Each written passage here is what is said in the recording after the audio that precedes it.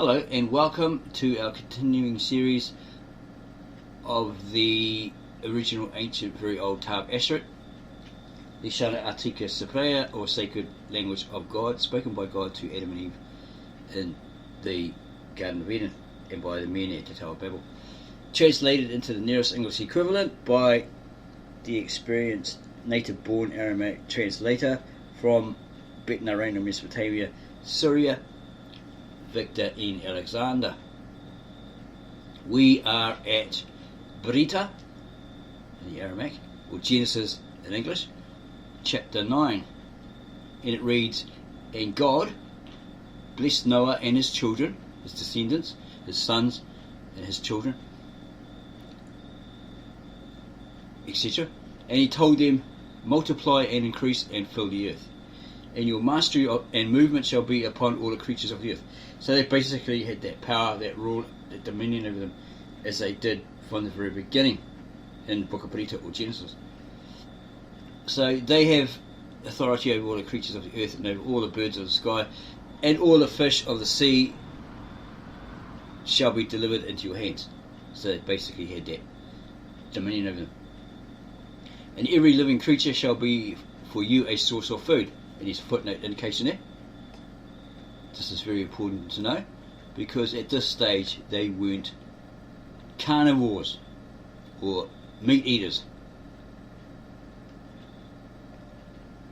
And in the footnotes it states 9.1 literal Aramaic idiom or expression, sons or his family, that's referring to his children. 9.3 note, not to be killed and eaten, but to eat of its products, its byproducts, right? That was God's rule. Very seldomly sacrificed, but you could use their byproducts, i.e. the milk from them, milk them, you make whatever they did in their day, cheese, curd, butter, whatever. I give you everything, this is God speaking again, I give you everything as the foliage of the herb. It means the vegetation, right? And it's not stressing here specifically, well, that means that we can smoke weed. You know, God put it here for that reason, we can smoke it. It's not stressing it, it's talking about, it probably was talking about that as a medicinal help. You can put in your food, makes you feel better, all that sort of stuff. But he's not saying, well, outright to everybody, then and today, well, yeah man, smoke the pot man, here it is, I supplied it for you, right? He's not saying that. Okay, so any religion out there that says, yeah, God put it on the planet for us to smoke, all this sort of stuff, they're lying. Okay, because there's nowhere in scripture that actually says, yeah, that's what I created it for.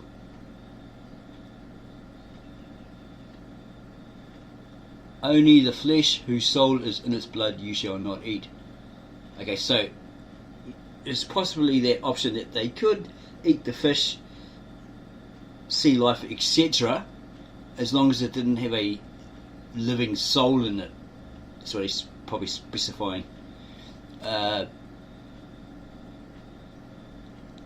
So you couldn't do cannibalism, right? You couldn't eat somebody else. You couldn't eat the animal, yeah, cow or a tiger you came across, you hunted and killed it at that particular time. For that blood will be required of you, from the blood of your own souls, from the blood of each creature it will be required. There you go. By the hands of the human being, or by a man and his brother, the soul of the human being is required. So, tit for tat, right? So if you go and kill this guy, there's this wrath upon you, and you'd have to pay the consequence for your actions.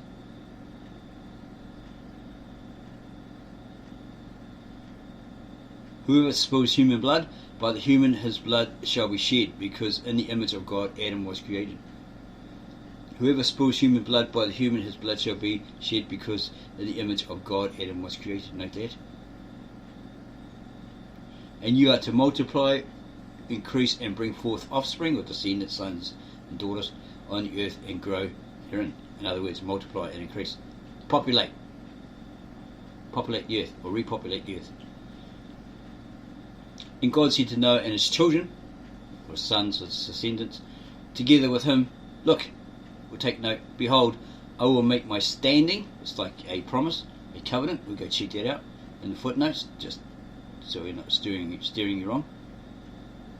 Literal Aramaic idiomatic expression, stand by standing. That's exactly how it's translated into the nearest English equivalent, which means I'm going to make a covenant with you, or a promise with you, an agreement with you, and I'll stand by it. So you've got to stand by it as well.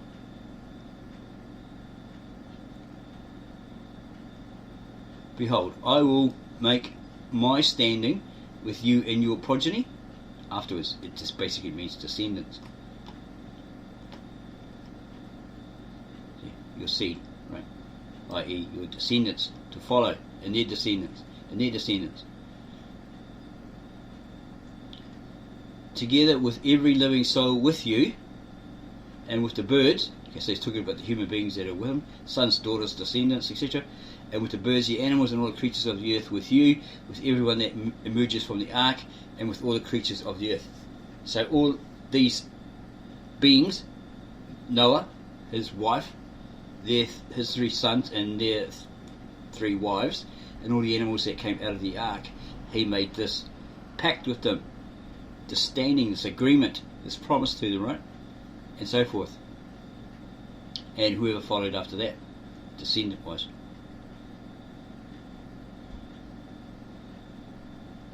That he would not wipe out any flesh or anybody or any creature by the flood waters again, nor will there ever be a flood that completely destroys the earth again. Right? And God said, well, this is, in this case, that's what he's saying. If the floods only happened in the Mesopotamian region, then he wouldn't destroy that again, possibly including the entire globe. That's his promise, his covenant with agreement with Noah. And God said to Noah, this is the sign of the covenant, of that promise, of that standing. I make between me and you and every living soul with you to the end of all ages of the universe. Check out 12. 9:12:1, literal Aramaic idiomatic construction, standing that I give you between me and to all of you. That's that covenant, that promise, that agreement. 9:12:2, literal Aramaic idiom. So, for the centuries to come, till the very end, if there's an end for the human race, new beginning, etc., that's how long that would last, and possibly beyond. 9:13, literal Aramaic idiomatic construction, my standing, or my covenant, my promise, between me, God, and the earth, all those on the earth.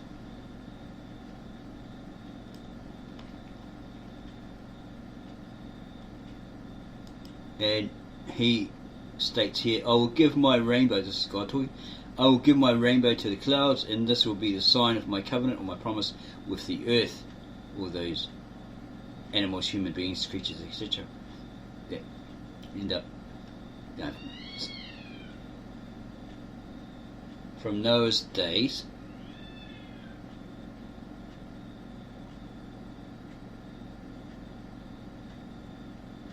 till present time.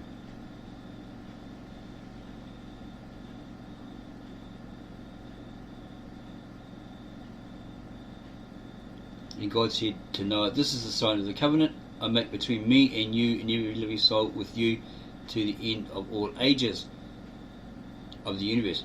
I will give my rainbow to the clouds, and this will be the sign of my covenant or promise with the earth. And it shall be that, when I raise the clouds over the earth, the rainbow will be seen in the clouds. And I shall recall, this is God himself, I shall recall my covenant with you, Noah, and your descendants, for you and with every living soul that is with you, and with every flesh, and never again will the waters of the flood destroy all flesh.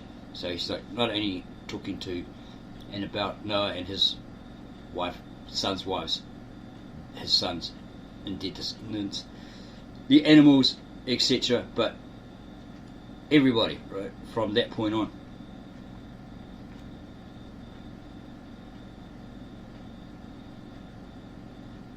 And God said to Noah, This is that sign of the covenant that I established between me, God, and for every flesh upon the earth, everybody on the earth, descendants to come, etc., etc., up until this very day, right to the end. And the sons of Noah that left the ark were Shem, Kham, and Japheth. Kham became the father of Canaan. So he's the ancient forefather or ancestor of the land of Canaan. And who dwelt there? The Egyptians, the pre-Egyptians. Because remember earlier, the Kham's sons became the descendants of Put, Mizraim, or Egypt, and Canaan. And according to the histories, they may have re-invaded it or invaded it and set up their authority, and as the kingdom of Egypt that was there at the time was growing,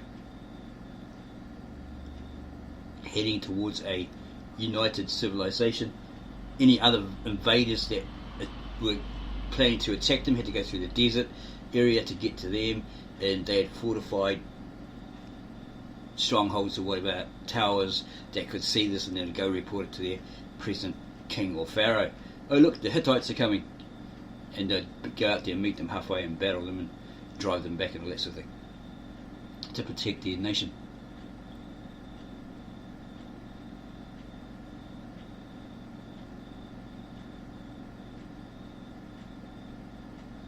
And I shall recall my covenant with you, Noah, and for you, and with every living soul that is with you, and with every flesh, and ever again will the waters of the flood destroy all flesh. And the rainbow will be in the clouds, and it shall be seen as a memorial, a reminder of the resurrection pertaining to life everlasting between God and for every living soul of every flesh upon the earth. So it's everyone, creatures, human beings, insects, and so forth. But it's mainly talking about the living souls, those with that spirit and their soul. Okay? I don't think he really made a covenant with ants or spiders.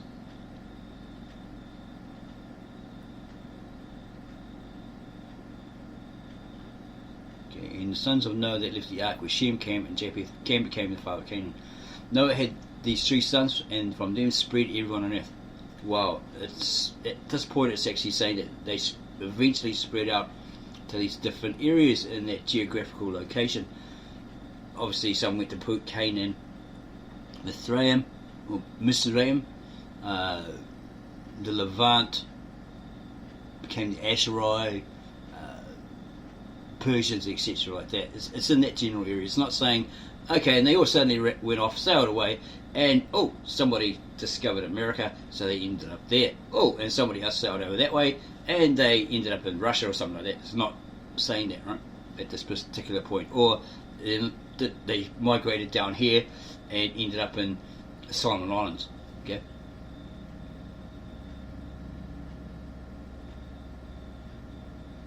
Noah had these three sons, and from them spread everyone on earth. And Noah began to work the earth and plant a vineyard. Okay, so he had these grapes, and then he planted these seeds, grew a vine, and then decided, oh, I'll take these grapes and I'll make them into home brew, right?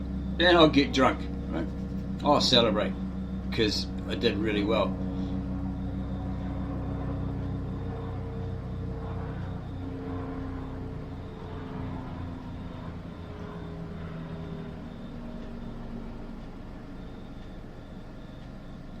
So Noah began to work the earth and plant a vineyard. And he drank of his wine and became drunk, and lay exposed in his home. So he's in the nutty, getting no clothes on, right? You know how you get wasted?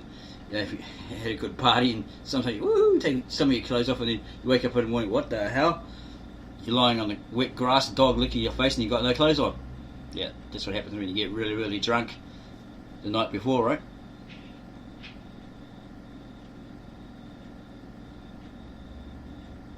But at least he was inside his house when he lost all his clothing. And Kham, and he drank of his wine and became drunk, and lay exposed in his home. And Kham, the father of Canaan, saw the nakedness of his father and showed him to his brothers. Shem and Japheth took a cloak and threw it over both their shoulders and walked backwards and covered their father's nakedness with their faces averted to the back, and they did not see their father's nakedness. And Noah sobered up from the wine eventually and knew everything his youngest son had done to him. Right?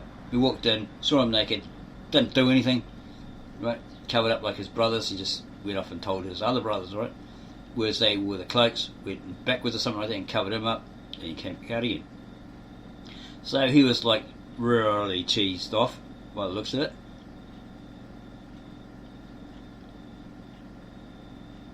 And he said, "Cursed be Canaan," to perform services for his brothers. He's like really cheesed off, right? And he said, "Blessed be Shem, whose God is that Lord, and let Canaan be the servant to them." So, yeah, maybe he was older, and then he had to serve these youngest, right? May God magnify Japheth, and let him reside in the house of Shem, and let Canaan be their servant. So these guys lived together for a time, and this guy was his slave, servant, well, not slave, but servant, bum boy, right? Do this, do that. You have to do it. Our dad said you have to do it. You're our flunky. So yeah, that was his line of servitude, his role that he had to play. And he said, "Blessed be Shem, whose God is that the Lord, and he said, "Blessed be Shem, whose God is that Lord, and let Canaan be the servant to them." May God magnify Japheth, and let him reside in the house of Shem, and let Canaan be his servant. They didn't make him a slave, whipping him outside and making him live under the house or in the dirt or anything like that. He just was there, flunky, as we already said. May God magnify Japheth, and let him reside in the house of Shem, etc. Just repeated that. And Noah's line lived after the flood 350 years. And Noah's entire age was 650 years, and then it ended. It's not talking about his age where he got old, because it's 650 years then he died. It's talking about his line of descendants coming from his seed, right? Coming from him. Okay? So his lineage ended because the oldest son would have had that role. He would have been head, the chief, and have that authority if Noah finally died. His older son stepped up and took his role of authority over everybody else. Genesis 10. And these are the birth records of the children of Noah, Shem, Kham, and Japheth, to whom was born children after the flood. The children of Japheth were Gomer, Magog, Madai, Javan, Tubal, Meshach, and Tiras. Okay, and his footnote indication here to so you know who they actually were, who they became. 10.2.1, literal Aramaic name, Germans. So Magog, Gomer, sorry, is the Germans. Magog, the Anglos, i.e. Anglo-Saxons, etc., etc.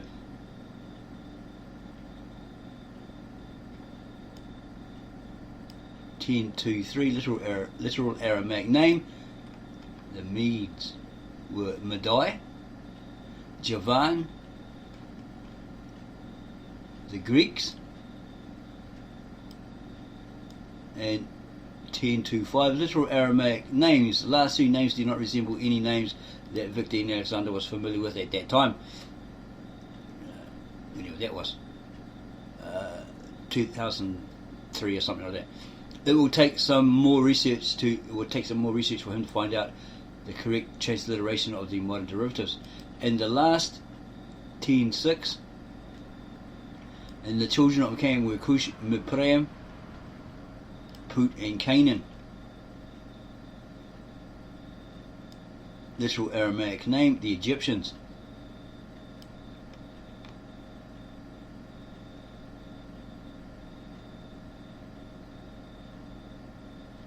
These last three here, he may not have had, as we just mentioned, on the footnotes, any idea who they were.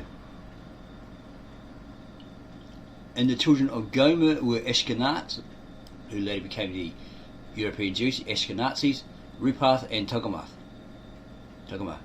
And the children of Javan were Elisha, Tarshish, and Kittim, and Rodanim. And from these separated those that became the isle of the nations in their language, according to their culture, among their own people. So it's slowly spread out. Okay. But still in that geographic location, they just probably spread out a bit further.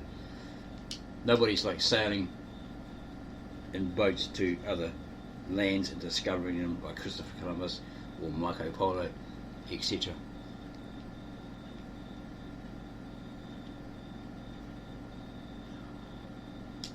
And the children of Kham were Cush. It's the ones in not in Ethiopia, in Mesopotamia, Syria, that area. So he's got a C there. The other one with the K is like that certain tribe in Africa. And why we're saying there's a difference is because when the descendants of Cush from Mesopotamia migrated to Africa, that certain region of Africa, and they met these black African people with this tribe, they intermarried. They had relationships with them, they married them, etc. They had sons and daughters, so they became known as the Cushites with a K. There's a difference there, right? We've already covered this in another video, but we're trying to make it simpler so you'll understand what it's talking about. And the children of Cush were Sheba, Havilah. So this is the verification that what we just said is correct, because Havilah is Kuwait. Okay? It's in the east, isn't it? It's not in Africa. Sebta, Ramah, and Sabteka, and the sons of Ramah were Sheba and Deran. Yeah, that's remember. Apparently, Abel's name was Havel. So we haven't yet proved it, but maybe when Cain killed him, he buried him somewhere in the Garden of Eden, which probably ended up becoming modern Kuwait, if you look at the old maps, etc., etc. It's not that far away, really, from the supposed location of the Garden of Eden. Okay. Into Cush was born Nimrud, and this is Victor N. Alexander, the translator's great ancestor. Okay? That's why he's taken his, he's been given his granddad's, maybe it's his great granddad, his name, middle name, which was Nimrud Alexander. Okay, so to Cush was born Nimrud, who began to be a giant on the earth. He was like, became a ruler, powerful, etc. He was a lion-hearted giant before the Lord. That is why it is said, like Nimrud, a lion-hearted giant before the Lord. And he was the head of his kingdom, so he was the boss, he was the ruler, which included Babylon, Erech. There's a footnote indication there. We can basically say that's modern Iraq. Let's have a look at the footnotes. 1016.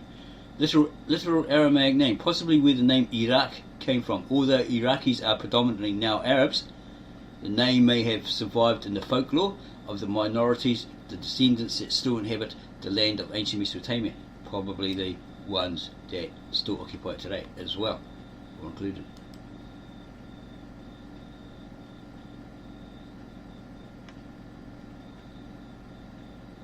And he was the head of his kingdom, which included Babylon, Erech, and Akkad, the Akkadians, right, and Kala, in the land of Sumer, or Sheena. Remember, that's where all the men gathered into one place and they started to build that Tower of Babel, or Babel. And God says, hey, look what they're doing. Let's confuse them with different languages and then scatter them across that geographical location, that area. From those lands, there emerged the Ashurai, or the Ashurites, or Ashuri, who built Nineveh, the city that Jonah visited and said, hey, be aware, the wrath of God is coming upon you, you better repent. And the towns of Rehoboth and Calah and Rezin, and that's where the king of Rezin with the Israelites at the time got together.